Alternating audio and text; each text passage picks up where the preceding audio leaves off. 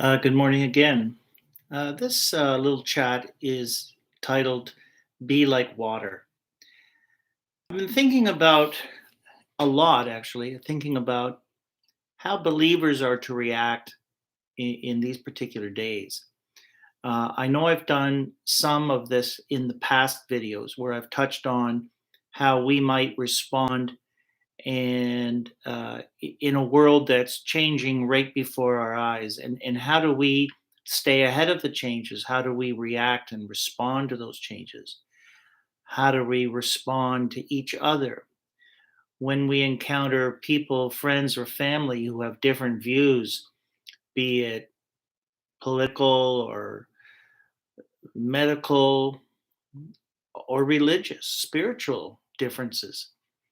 How do we, as believers and followers of Jesus, how do we interact with all those different peoples and those different sets of values and different attitudes and opinions about what's going on in the world? And then, of course, the whole part of trying to forecast the next thing around the corner, what's coming next, and without actually seeing it or knowing it in full detail, how do we prepare ourselves so that when that next surprise comes around the corner that we're ready for it, and how do we respond? And I thought this morning about the concept of being like water.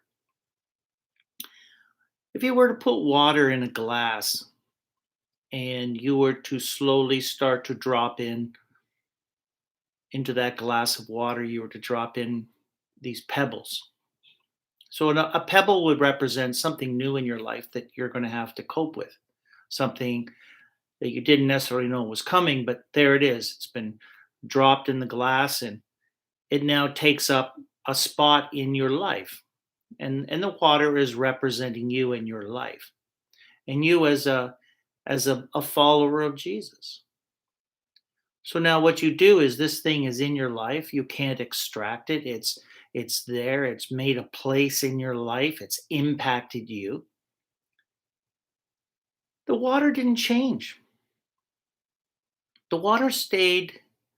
All its properties, physical properties and chemical properties and makeup, all remain the same.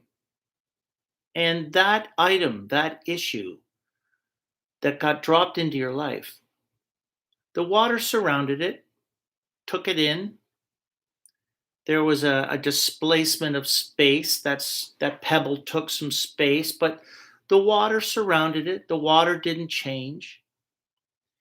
And then as more pebbles are dropped into the glass, and you find that your life is becoming quite busy and quite different, with all these different pebbles, these different issues, these new challenges in your life that you couldn't possibly have imagined were coming your way.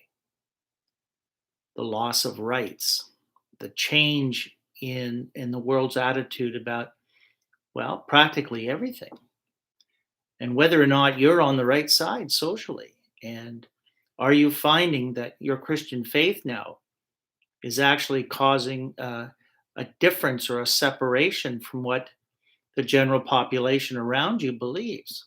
So these pebbles keep getting dropped into the glass. But after it's made a little wave, after it broke the surface, and maybe there was a little splash, and so there was a bit of a disruption at first, it's very interesting. Water just settles right down.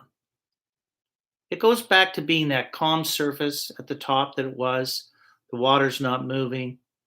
And whatever issue and item and agenda that got thrown into its life, into your life, the water just settled down. The water never became anything less than it was. It was everywhere. Everywhere you went, in every situation, in every circumstance, you remained constant because of your faith in Christ, because your trust in Christ, because He is our hope. That no matter what gets thrown into the glass, the water adapts around it. The water never compromises who they are, but they also don't fight the object that's taken some of that space in the glass.